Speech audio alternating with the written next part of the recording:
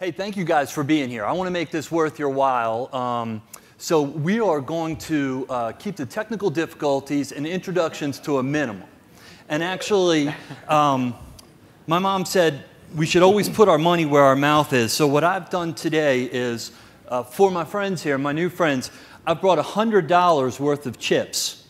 And if we can get through our introductions in 20 minutes, which is what we all agreed to, then we're going to split these chips and have a good time. Does that sound good? If not, I'm going to use it. How about the one with the shortest introduction gets all of it? I thought about that too, but you know, context is important, right? You guys have to understand who these guys are and what their base of experience is. We just don't need to know every degree that they've ever finished. So let me introduce myself quickly. Again, my name is David Weigelt. I own a digital marketing agency solely focused on boomers and seniors. We wrote a book about this called .boom. And beyond that, my only qualification to be up here is that I'm a caregiver. In fact, I have been a customer for 3 out of 4 of the brands represented up here today. My 68-year-old mother with one of the brands, my 82-year-old grandmother, and my 97-year-old grandmother on my wife's side. So this is very near and dear to my heart, and in fact, a lot of the work that we do at Emergent Active is focused on aging in place, which is what we all desire to do. There's plenty of evidence of that. So I want to introduce our speakers real quick here and get right into the conversation. We are going to try and leave some time at the end for questions. Starting on my left here, we have John Merrick, who is the CEO and co-founder of Consumer Cellular. I'm going to let each of them tell you a little bit about themselves and their companies. And then next to him, I have David Inns, who is the CEO of GreatCall. You all are probably more familiar with GreatCall as the inventor of the Jitterbug phone. And then next to him, I have Eric Sand, the VP and GM of Phillips Home Monitoring. So very excited to have him here. And then finally, last but not least, we have Fred, I practiced this, Fred Allegreza. Correct. Is that pretty good? That's good. CEO of Telekin. So I'm going to let him tell you about the senior optimized PC that they produce. This is a special panel beyond what they're going to tell you in just 20 minutes. This is a very special panel, and let me tell you why. This is a really hard business. As big as the age wave is from an opportunity standpoint, this is a hard business to be successful. And I know after 7 years myself in this space, there are very few success stories. And what you have the opportunity today to do is to hear from the CEOs of 7 brands that are out there successfully engaged in the marketplace and solving problems and adding quality to life. So with that said, John, I'll start with you and let you introduce yourself. Great. Thanks very much. Were we going to use our slide or nothing at all? Or? So let's just go without them. Okay. Easy enough. Great. Well, hi, everyone. My name is John Merrick. As David said, co-founder of Consumer Cellular. And how many of you are familiar with Consumer Cellular? All right. Well, a fair amount. Good. Well, we're a wireless reseller. We've actually been around for 17 years. So co-founded in October of 97 or 95. And having a lot of success. We're real excited about some of the things we've been able to do. Last 6 years, we've been growing about 30% a year. We're approaching 1 million customers now. And one of the things we're real excited about is, in addition to our growth, is the fact that for the last 3 years in a row, Consumer Reports Magazine has ranked us the top wireless carrier in the country. So pretty exciting stuff for us. From a groundbreaking technology, the thing that I wanted to talk about just real briefly from our perspective, you know, everybody thinks of wireless service and the adoption rates, and that basically everybody has a cellular phone these days, right? But still, groundbreaking technology continues to evolve. And so for our senior customers, what we've really found is that it's not just about the technology. It's a combination of really kind of 3 things. So the first part of that is really kind of the how do you get that service into somebody's hands? So it needs to be affordable, and there needs to be the awareness. And that's what we've really been able to focus our efforts on is we're not a technology company in the fact that we're building it ourselves. But what we're doing is working with other carriers, OEMs, to find technologies that are going to be a good fit for our customers. And then we're doing the work of getting out there and marketing that service to seniors, convincing people that there is a need for that, and then making it affordable for them. So that's the first part of that. The second part that we really have found that's important is that customer support. And that's why we're really proud of what we've been able to do from the rankings with Consumer Reports magazine. So being able to develop a support mechanism that takes technology and makes it simple for people so that they want to use it. And then the third part of that is the technology themselves. And so sometimes groundbreaking technology truly is that. It's something that's unique and very special. Other times it's much more simple. So for example, we have a cellular phone that's specifically designed for kind of seniors' needs with big buttons, big screens. We also sell smartphones. And so smartphones, how do we make those simpler and easy to use? Well, sometimes it's as easy as, how do you strip down some of the things and let somebody have that out-of-box experience be a little bit easier? So that's really where we focused our efforts is kind of, it's not just the technology, but it's all three aspects. So how do you make it affordable, create that awareness so that people buy the service, give them the support so that they continue to use it and see the utility, the value in that service, and then make sure you're tailoring it towards their needs, whether it's an actual product or just kind of tweaking things a little bit to make it a little bit simpler and easier for them to use. So looking forward to talking to you some more. Oh man, that's a good start, isn't it? Thanks, John. All right, David? Yeah. So GreatCall is, what we do at GreatCall is we use wireless technology to help older consumers live better lives. Quite simply, we have focused on making everything that we do as easy to see, hear, hold, touch, and use. And then everything that we create is wrapped in a very high-end service experience. So again, as David mentioned, our first product was the Jitterbug platform, which is not a cell phone necessarily or wireless carrier experience. It has really become more of a platform that doubles as an easy-to-use cell phone that doubles as both an mHealth device and even a safety device now. We've layered personal emergency services on it as well. So it has medication adherence, access to live nurses and doctors, and has medication adherence and check-in calls, et cetera. Even wellness coaching that has been custom designed for older depression issues or stress reduction. We then were one of the first people to launch a mobile personal emergency response product. Actually, in November 2011, we launched 5-star urgent response. Is anybody familiar with that yet? John Walsh doing the personal emergency response products? Yeah, okay. So, so we launched that, and that has been a new product arena for us. And then the third area is we create iOS and Android applications for older Americans to help them stay safe and healthy and connected as well. We have medication adherence programs there called MedCoach. And what we just announced today, actually, is a product called Urgent Care, which is an application that is a symptom checker that allows you to, at any time, hit a button, speak to a live registered nurse. But what Urgent Care now does is that nurse can now schedule a callback from a doctor within 30 minutes. And that doctor can actually assess, diagnose, and even write routine prescriptions for you. And all of the billing for that service is now going to be done through the iTunes engine, if you can believe it. So really kind of setting a new level of ease and accessibility of healthcare through the wireless platforms. Thank you.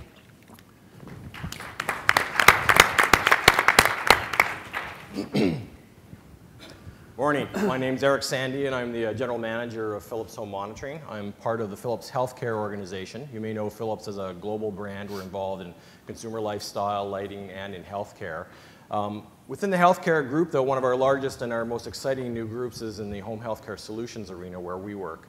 And the brand you're probably most familiar with is Phillips Lifeline. Phillips Lifeline has had a front seat at the aging in place and aging society arena for 38 years. We've helped over 7 million seniors during that time live an independent and safe life. But we're also involved in a lot of other solutions that touch seniors. We're involved in chronic condition management, having remote telehealth monitoring in the home. We work with people with cardiac issues so they can be monitored remotely. We have medication adherence solutions. We're world leaders in the sleep and respiratory theater. So we come to these issues around seniors from a healthcare lens, but we're also lucky enough that we're also a consumer lifestyle company. So we have very, very deep roots in understanding consumer behavior. And we feel very intimately the needs of seniors and how it's evolving. So we're very excited to be able to be part of this panel to talk about that. And please enjoy the rest of the morning.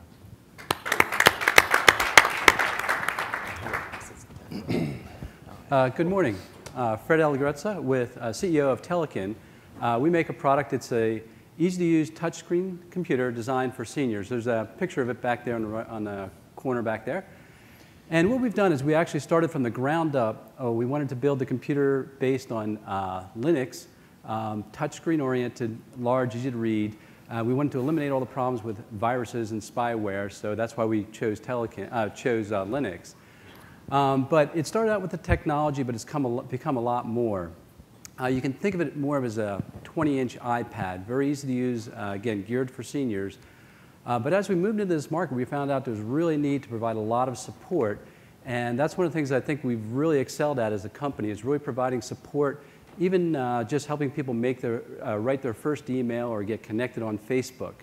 I think the most critical thing is there's only, well, I think we're about 53% of seniors over 65 are now connected to the internet.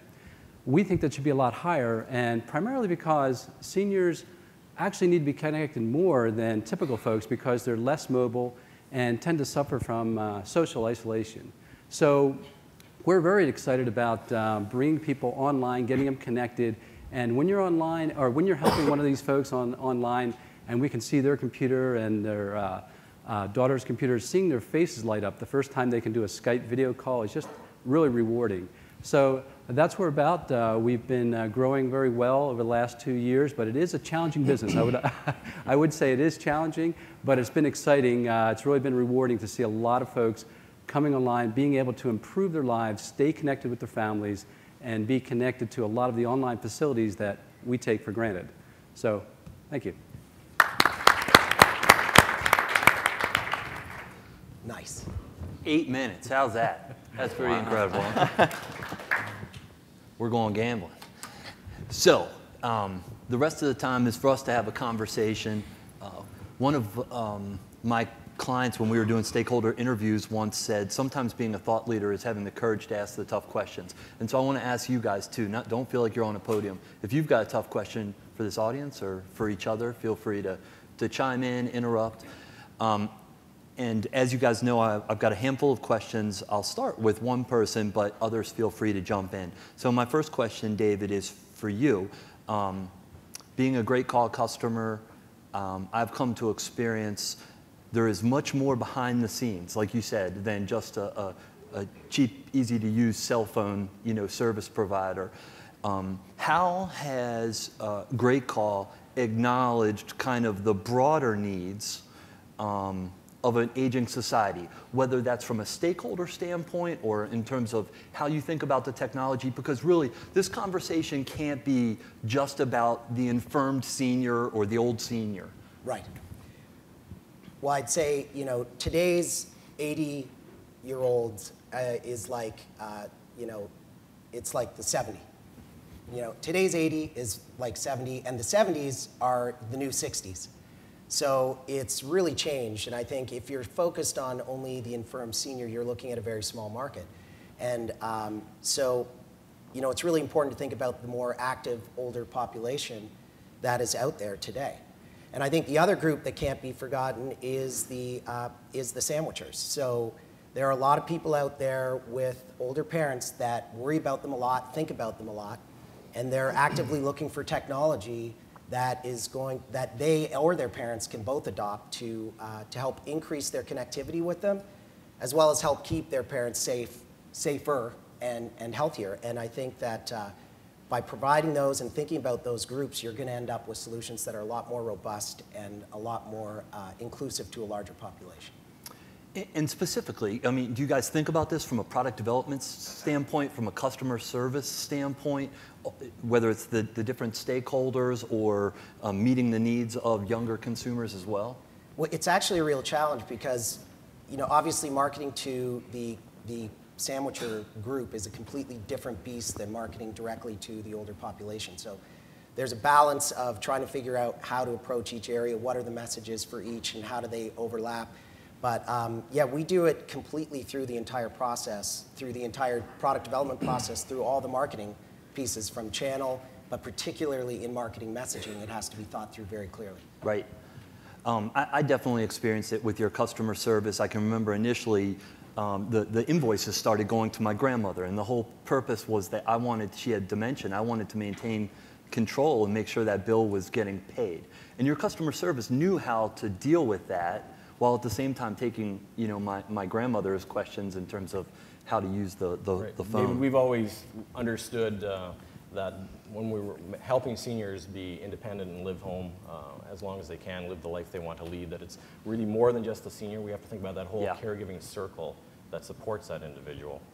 So right from the beginning, we've always understood with our Lifeline system, for example, that we engage the family, neighbors, friends in that caregiving circle too. So if someone has an emergency and presses a button, we don't just immediately dispatch 911 to help them. We set it up so we have responders that could be a family member, could be a neighbor, could be a friend. So they're very involved. So we often think about how the caregiver can support it. Another example is we have a new app that's available on Android and iPhone called the Care Partners app, and it allows us to get caregivers and people who care about someone to schedule around that individual, so they can share a common application that lets them understand who's taking mom to church on Sunday, who's taking her to the doctor on Monday, who's bringing her to the bridge club.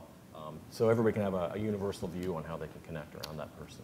Yeah, I love it. I'm seeing a real progression there. It seems like some of those apps for a while, you know, focused on the caregiver, but didn't fully acknowledge that the caregiver had this huge burden and had very little time. And it was like create a social network with all the people who have basically told you that they're not going to help out with mom or dad, and creating more work for you. And it seems like apps like you're describing have done a good job of kind of engaging people where they're at and allowing them to help in different ways, like you said. Who's going to take her, you know, someone where, and things like that. I love it. I would say I think we see the same thing with the Sandwich group. We market our computer in print, and we actually market on the web. Obviously, we're marketing towards the children of the senior, and they're seeing this as a very good tool to stay in touch and stay connected. Even though you know, they have the telephone, it just allows them to stay in touch, keep them informed, and coordinate schedules. So I'd have to concur that those are very good applications. Yeah. I'm sorry, John, just a sec. Yeah. So this morning, you know, being on East Coast time, I was up about 3 in the morning reading reviews on Amazon of Telekin. Oh, okay. And it's all good, don't worry. And you know, I think one of the things that is most underappreciated by left-brained business people trying to innovate in this space is the importance of helping mom or dad or helping a senior stay emotionally connected. And so you read some of the reviews and they're like, yeah, you know, the type is larger and it's very easy to use, and they kind of fail to appreciate sometimes. They're very complimentary, by the way. But sometimes they fail to appreciate how big that is just to be able, for them to feel connected, you know, or be able to reach out and reply to an email. Yeah, it's amazing. I think Skype is excellent to stay in touch. I've seen, as I said, there was one situation where we were just helping one of our customers set up the connection between her and her daughter. And her daughter was in Connecticut, the mom was in Florida, and we could see both of them on screen at the same time. And when it came on, their faces lit up. Yeah. And it's surprising. It's also good for folks that are hard of hearing. Mm-hmm. My own father-in-law used to call us maybe once every 2 months. He now Skypes about every day. Yeah, it's a lot different. But he finds it a lot easier to communicate, seeing facial gestures and reading expressions. It really gives much more of a connection than just the granddaughter talking to grandmom on the phone, not really making a connection to the person. Right. And just like GreatCall and Phillips, I think Telekin has done a good job of, from a customer support standpoint with your tech buddy, tell them how that works, kind of pulling the care circle into it. Yeah, that's a big part of what we do. We actually have the ability for us to log into a customer's computer and actually help them and help Mrs. Smith go through Mrs. Smith go through how to get the attachments from her email. So we do a lot of tutorials. We have video tutorials all throughout our computer, but we also have tech buddies such that the child or one of the caregivers can actually log in and do the same thing to show, hey, Dad, let me show you. Here's how to get to those pictures.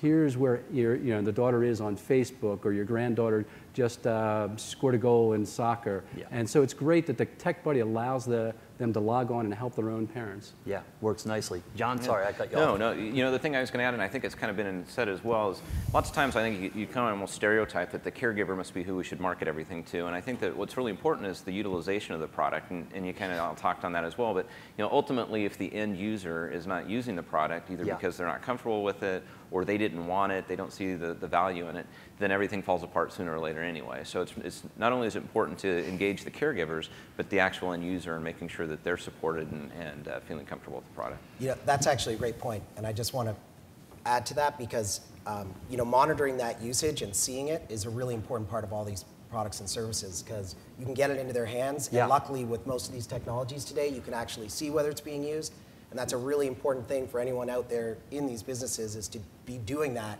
and seeing, okay, well, how can I stimulate it? Because it's even one thing getting them to use their cell phone, it's another whole level to get an older customer to maybe start adopting a medication compliance system on a cell phone. Right. And getting them to adopt that, you've got to have all that data to see, okay, what are they responding to? How do I get them to actually keep using it, to put their medications in there, and to start actually using these tools? Absolutely. So I want to come back and talk about the data, because I'm guessing the data is the holy strategic grail in all of this. If, for the brands that can figure out how to collect it appropriately without, introducing the creepy factor, and how to actually do something with it. But I want to kind of make sure we stay somewhat on track. Eric, my next question is for you, and it's kind of a broad one, but really, I don't know of a brand other than Phillips that has been so proactive at looking at the age wave and solving for this problem. You're not new, you guys aren't new to this. And so I'm curious, what do you guys see as the player who's been around maybe the longest, as the changing dynamics in the aging landscape as it relates to tech? Well, the obvious place to start is really to think about the demographics. I think we're all here because we understand the baby boom is coming in our society and is going to change everything. Right now, there are about 900 million seniors being defined as 65 plus in the world, and that's out of a population of about 7 billion. Well, by 2050, in less than 40 years, we're going to have, that's going to almost triple. There's going to be about 2.5 billion seniors. Centenarians are going to go from 500,000 to just over 4 million individuals. So seniors are going to grow at about 3.5 times the clip of any other cohort in our society. And what that really means is that for us, an aging society is going to be the new normal. So that's something that society, communities, families are all going to have to cope with this new idea. So if we have a new normal, how really are we going to adapt to that? The pace of demographic change is outstripping probably society's capacity to keep up. We're going to need new social, economic, and cultural norms to deal with seniors. And I think we're going to have new attitudes about aging as well. When you read about aging, a lot of it is really framed, I think, a little negatively. It's about what are the problems around aging, the cost to healthcare, the cost to Social Security. But you see less talk about the longevity dividend, really. That you could spin that on its head, and you can really talk about this is something that we should really not just sort of celebrate, but something that we can take advantage of. Because seniors don't want to just retire quietly into their home. They want to be engaged. They want to make a contribution like they have their whole lives. They have an immense amount of experience and energy that they can contribute. For example, I think we probably would all suspect that high-tech startups more started by people 50 plus and under 35, but it might be a bit startling to know that of 20% of scholarship output and 15% of science breakthroughs are created by people over 70 years old. So there's an immense amount of creativity and intellect and experience that we can tap into. So the trick for us, I think, is really to understand how can we then support these seniors so they can be active and engaged. And that really comes down to the solutions we're talking about. And there's two important pieces to that, I think. One is independence, and the other is social engagement or connectedness. And in independence, I think we're talking mostly about providing healthcare support to make sure people can age at home and flourish, and they can have the capacity and freedom to live the life that they really value. And to do that, we need to be able to help them manage multiple chronic conditions. Some seniors are taking 7 or 8 medications, which can be very complicated. How do you help them with that? They've got sleep and exercise issues. There are safety problems that we help need to help them with. Falls, for example, 1 out of 3 people over 65 will fall this year. It's the leading non-fatal cause of non-fatal injuries out there. So what can we do with technology to help support them and allow them to be independent at home? The second piece is how do we help them engage? And some of my partners here are very active in that as well. We know that engagement socially will lead to less depression, will ultimately create a happier individual. Studies have shown that seniors that are on the internet and in social networking have 30% less depression than others, which is a really remarkable figure. So if we can start to engage people socially, I think that we can really, really work to create a continuum of social care and health care that will allow people not just to flourish at home, but be able to contribute the way they want to and the way they always have. So is Phillips heading in that direction in terms of engagement? Beyond just keeping them healthy? We're certainly, absolutely, we want to be able to do that. We've worked in, for example, recently in Europe, we were meeting with some policymakers who were talking about how they want to take telecare products such as Lifeline and work with us to turn those into social engagement tools, because they understand this social care and health care are part of the same problem. Yeah. And if they can allow a senior through the home to be connected to their bridge club, to find people to go to walks with, to volunteer with other seniors or children or other things that are meaningful to them, they're just going to feel a lot better about themselves, and their health care will, as a result, be a lot more stable. So we're absolutely looking into solutions for that. That's great. I mean, this is a third of our population at a time that I think inarguably we need as much productivity as possible, right? Over Christmas time, I took my grandmother, who's 83, very healthy, but has been recently diagnosed with Alzheimer's and is very confused, to Christmas, where my wife's 97-year-old grandmother, who's very sharp, but from a health standpoint, not very good, there. And would you know what? My grandmother, who was the one who needs the help, spent the day helping who she thought was the one that needed the help, the 97-year-old, all day long, explaining things to her, making sure her plate was full. And I've often said, if we could figure out a way to kind of turn this whole idea of caring on its head. I think too often we think that caring for seniors means kind of catering to them, as opposed to engaging them, like you're saying, to include work, I think, real productivity. There was a great spot on PBS recently about a whole factory, average age is 74, and their productivity compared to factories in the US that have younger workers. So love to see it going there. Fred, my next question's for you. So when we got in this space from an internet marketing standpoint, we really tackled what is meaningful engagement outside of 44-point type. So I would ask you, what do we have to do to adapt or build technology that makes it meaningful? This is kind of building, I guess, on the conversation. Meaningful for not just a senior, but for someone who's in the second half of life. Well, that's a good question.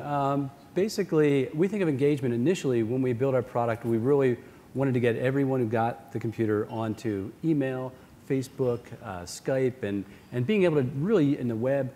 And we found out we had to take them one step at a time. So initially, I was surprised how many folks got it and were just happy when they could do email. So now we have a little bit different approach. We were taking one step at a time.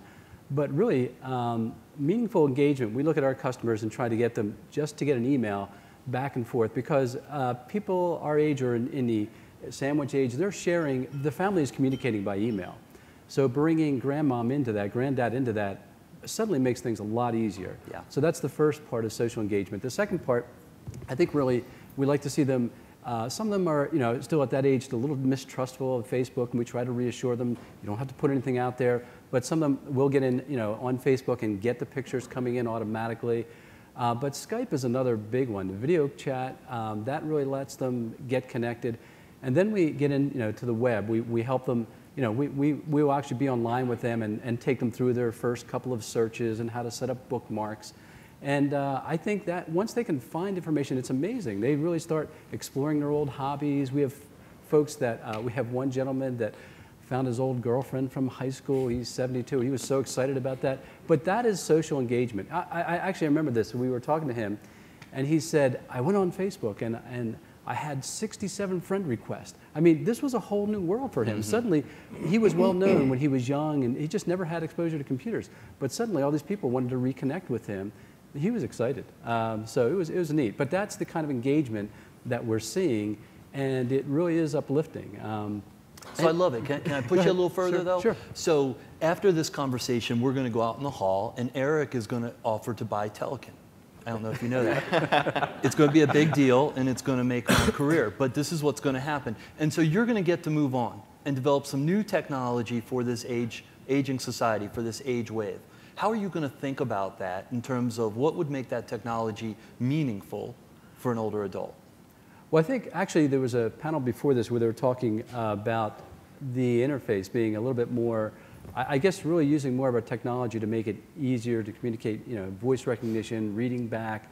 I think connecting to health, there's a lot of work that's going on. I think some of the things that you guys are doing are really phenomenal.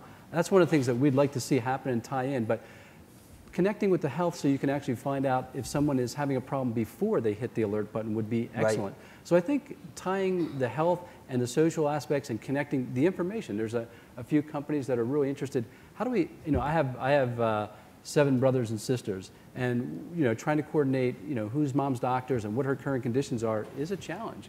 That's a good problem to solve. Yeah. So there still is a lot of good problems to solve. There's a couple of things there, if I could just jump in real quick. I think one of the things that was interesting that Fred talked about at the beginning was kind of that concept of stepping yourself through technology, and I think that that's really important. We find that kind of that out-of-box experience, we really try and get customers to understand the concept of you don't have to do it all day one.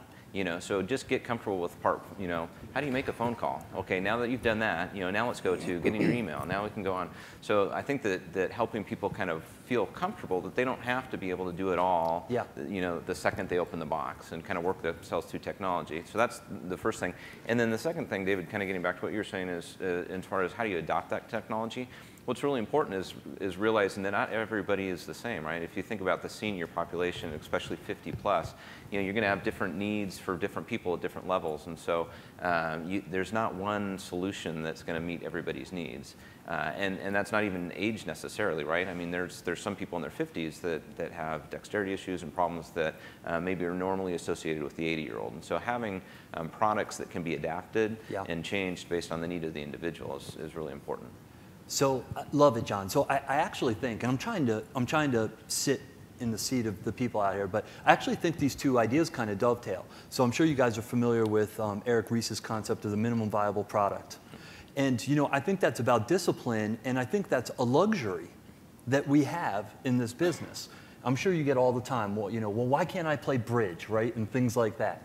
And you're always going to hear that. But this idea of we don't have to roll out everything all at once from a product development standpoint, and then from a training standpoint was the point that was made on both sides there. Love it. So David, go ahead. I just wanted to add one point as you were talking about where we're going in the future. I think one of the issues we also have now is we have to create all these custom devices, and I think that layers a level of unacceptable cost into the solutions for this space that I think is going to, as you say, okay, well, what's happening next? I think that starts to go away as the device becomes more ubiquitous. We're going to have to leverage the device that is going to be in the hands of people in 10 years from now. And as that becomes clear as to what those devices are going to be and there's a common platform, then it's all going to be a little bit easier to do. Now, that's not going to work for everyone because there's still going to be some necessity, but it's going to be more and more expensive to create that unique device for a very specific market as opposed to leveraging the mass platform that's already taking off and focusing on the software. And wouldn't you agree, though, that's what the boomers are going to want anyway? Mm-hmm. The boomers aren't going to, and they're getting there, right? They're 66, 68, now they're turning 65, 10,000, a day and so forth. They kind of resist this is just for seniors until there's a real value proposition. And John, I think what you guys have done at Consumer Cellular is a great example of that because you have senior products that are being adopted by boomers because they see that value proposition from a price standpoint, right? No, absolutely. I think that the key is is tailoring the product, not necessarily an entire different product, but how do you simplify it to meet the needs of that individual, right? And so that can be something as simple as, how do we strip out some extraneous things and let them layer them in over time. So rather than having, a bunch of widgets on the screen in my phone when I first turn it on, how do I have just a few? And then I can download the apps that are important to me. Yeah. So making sure that you've got the ability to kind of take it to that next level, but the first experience is easy enough and open enough that it can then be tailored as you go through their use of that product. So John's company has an awesome example, if I could present a case study of a commercial that does a good job of positioning a senior product without making them feel like they're aliens. And I wish we could show it. We had it on a flash drive. Well, I think they might have it. So. Do we have it? Yeah, it should be available on the laptop. It should be on the laptop. Great. So I'd like to play this, and then, John, just have you speak about how have you guys navigated those waters? Because it's tricky, right? If you associate your brand as a brand that needs to be intergenerational, multi-generational, as being a senior brand, there's a price to pay. Absolutely. Sometimes. And there's plenty of car makers out there with scars to show this. So let me see here. What do I have to do? Just exit out of this? So David, I'm not sure whether it's there or not. You're not sure? On the flash drive in there. Okay, I can do this. John, do you want to speak to that as Sure, as you're going through that. Well, I think you're absolutely right. I mean, the key is figuring out how to make sure that people know who you're targeting, right? So who is it that's in the market, but not alienate them or getting too specific. I think one of the things that's worked well for us is our partnership with ARP. So when somebody sees that ARP logo, I think they immediately know that we're targeting that senior population. But then, as you'll see in this, what we've tried to do is really kind of be generic enough in terms of who that person is that we haven't focused on any one group. Right. All right. So let's see if this works for us. There's some sound here. Hopefully you guys can hear it. Is there something on my end? You got to plug it in, the audio in. Silly. Audio, and... Just hold your mic up to it, dude. That's true. Hold your mic. Say again? Speaker. This guy here? Low tech. Oh, you're going to help me. Okay. Low tech solution. Hold the mic up. That usually works. Yeah, let's go like that.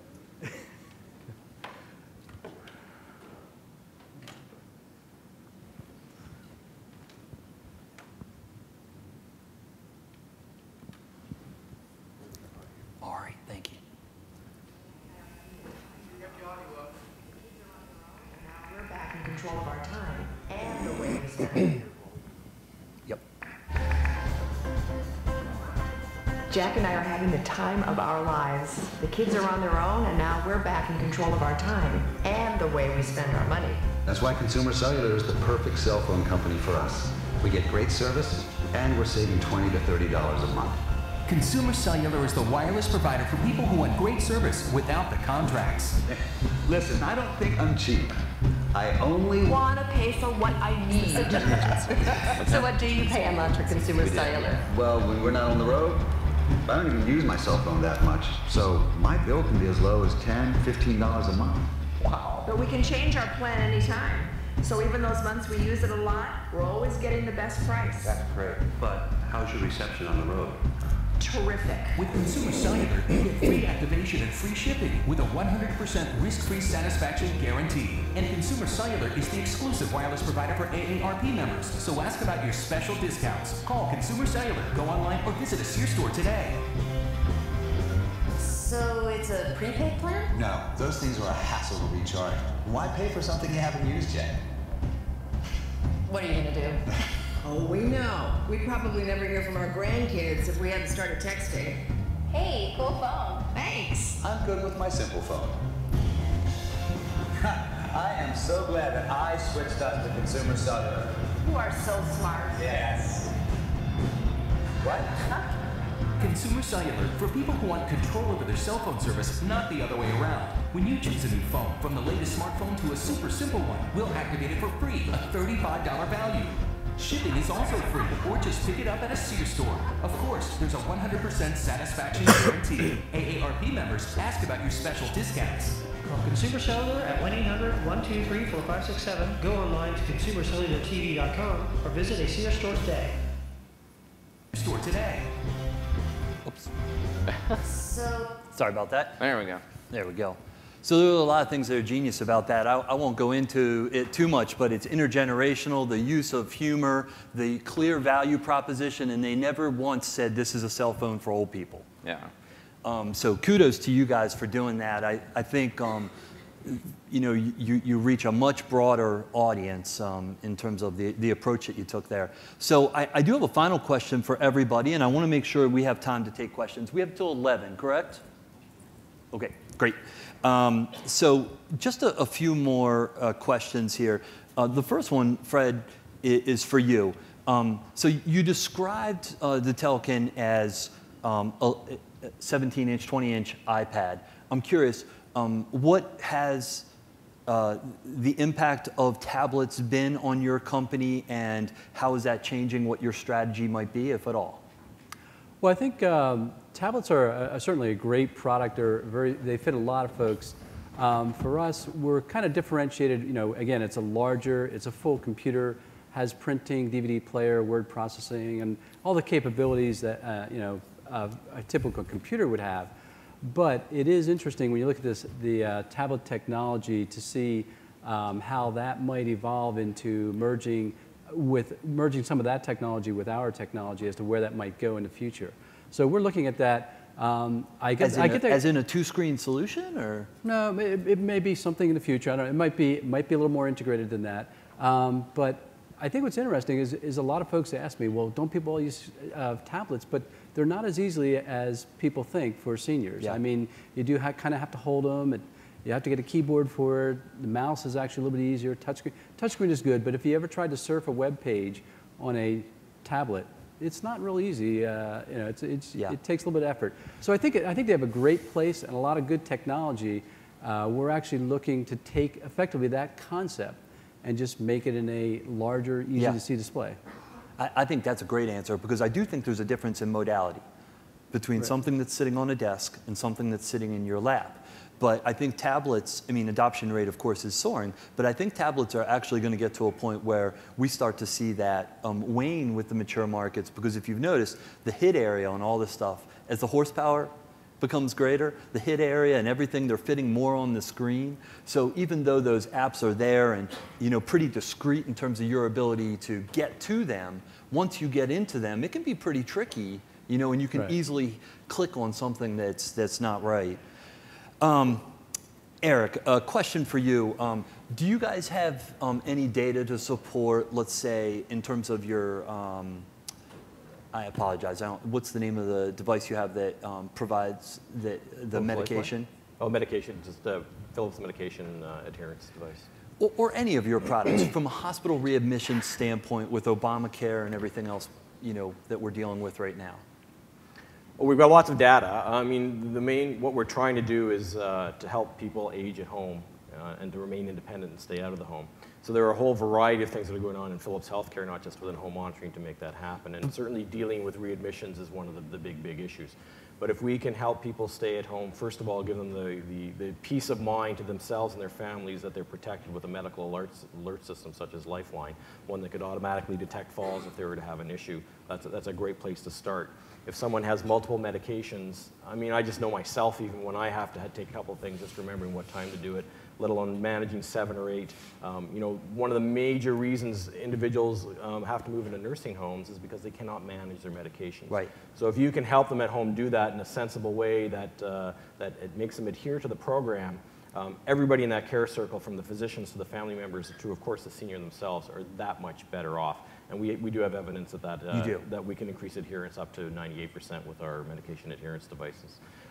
Then if you look at chronic illness in the home, how can we take monitoring devices to monitor their vital signs in the home so they can stay out of the hospital, they can be discharged earlier, they can be safe, they can have an interactive experience with that information around their vital signs, so they can engage in their own health care. Their family members can help support them with their own health care.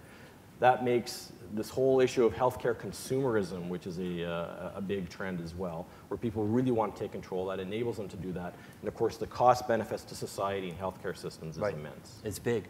So great segue. So I want to drill just a little deeper on this. how many of are your devices covered by Medicare, by insurance? It's quite complex. We have a variety of, at the moment it's all public pay. It's all covered by insurance programs or by... And it's not really cheap, right, for the pill dispenser? No, it's clearly, no, the medication adherence device is manageable. It's around $70 a month for an individual family to take. And when you compare that to the cost of putting somebody into a long-term care program, you know, it's very, very affordable in terms of that. I hear you on that, but I'd push back and say you're still talking upper socioeconomic. And by the time I get a phone and all these different devices that are, you know, reaching in my pocket as a caregiver or my mom's pocket, or that stuff adds up. And so I was curious. Really, my bigger question was for the audience here: would you recommend that people build devices that that insurance is going to cover, or does that just mess up the? Well, I think the important point, and I think my friends have mentioned here, is you can't consider seniors this big homogeneous sea of gray. You have to be able to segment it and understand that people at various stages of life have various needs. And so someone with a complex medication regimen in front of them that's facing the possibility of moving to a nursing home will need a very sophisticated device. Other devices, you know, they may want to have something that's approved by the FDA to make sure that it's you know, a very solid, efficacious healthcare device. But would you recommend someone build a device that's covered by insurance, as opposed to private pay? Well, the same device I talked about is both private pay and covered by insurance, depending upon your state. Gotcha. And if you look around the world, every society is managing it a little bit differently. Okay. But there may be devices. Go ahead. Yeah, I just want to add, you know, I think the wave of the future is consumer pay. And I think a lot of things are enabling that, one of which is, you know, for some of the tools we're talking about using, whether it's medication adherence programs or other things, especially as we're doing it more app-based, the research and development is very inexpensive to get these to market.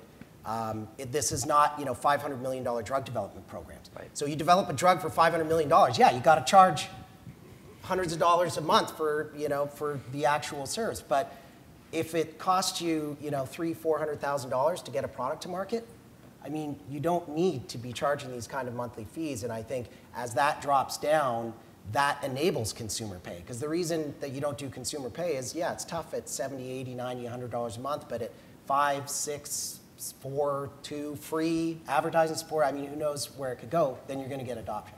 But you're going to have a continuum from, you'll start with a very robust solution for people that have very strong clinical needs to manage their health care and working with clinicians to do that, all the way down to the worried well, which could be everybody in this room that wants to, you know, we've all run with a Nike heart monitor, some of us who run, and starting from that, you learn that you're interested in looking at your own vital signs. So there may be a solution in the consumer world there that's very inexpensive and can be very much scaled by volume, all the way up to ones that are far, far more efficacious in terms of managing clinical needs. Love it. And we don't have time to talk about that care continuum, but it's probably so important as you think about your product development, I'm sure. So one last question for you two that I just have to ask. There isn't a whole lot of competition in the senior space for products and services that go head to head. And you guys kind of do. I know it's not exactly the same, but you kind of do. And so here's my question for both of you.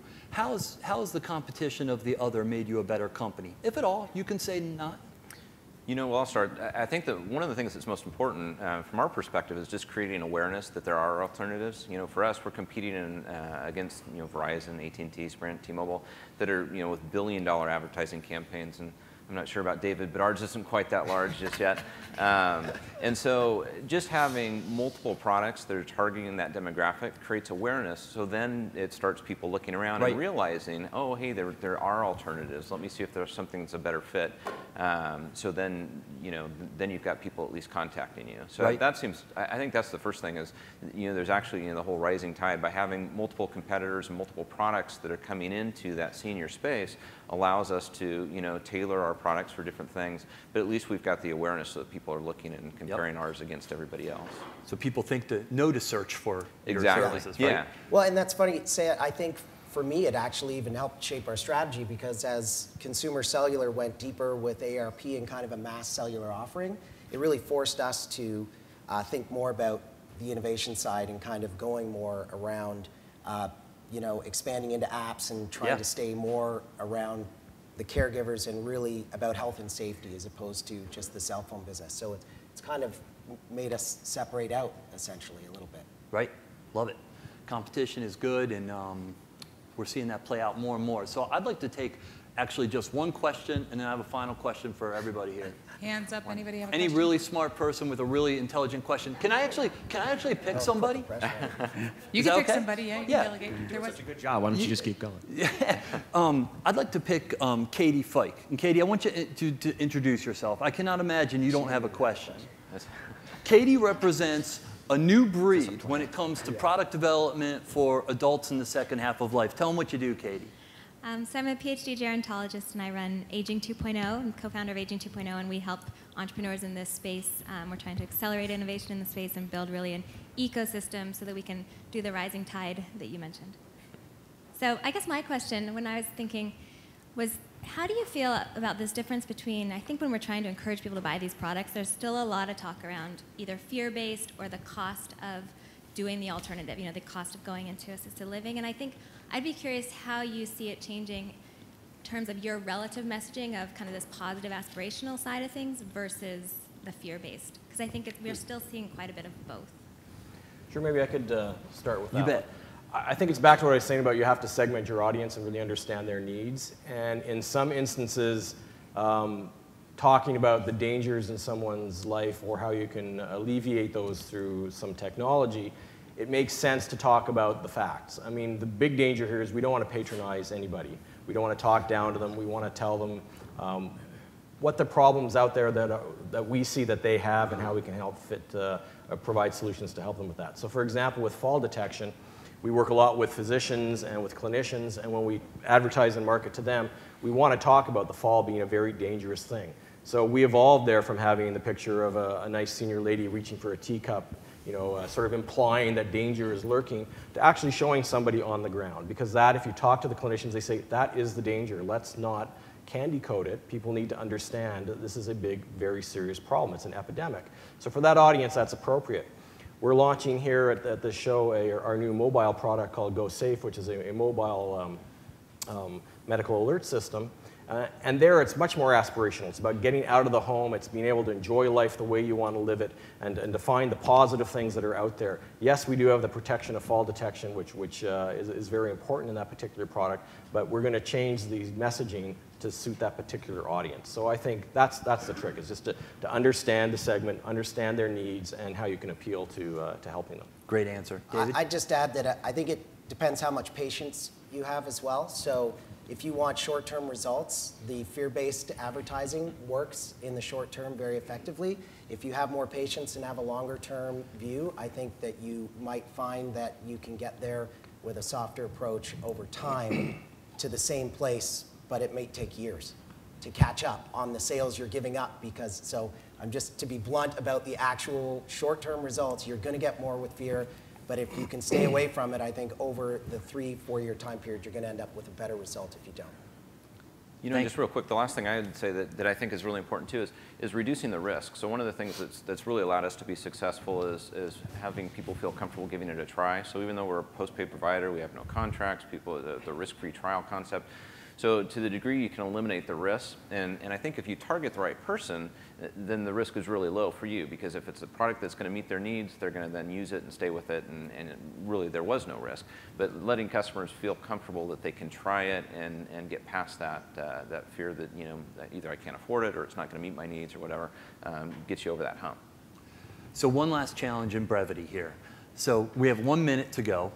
And I know you guys don't have a crystal ball. None of us do. Vint made it very clear, right? We'd be fools to suggest we know what's going to happen probably 5 minutes from now in this space. But as it relates to aging, where do you see technology going?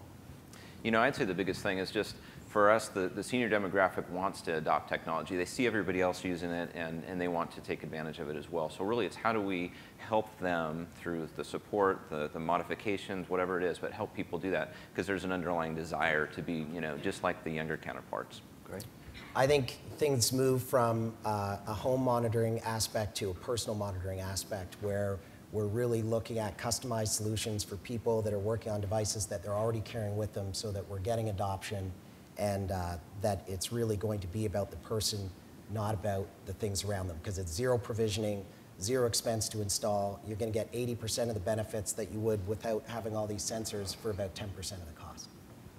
I think one of the really interesting arenas is going to be moving from detection and reaction to prevention, to helping people anticipate health issues and be able to embrace wellness generally by doing that. Great.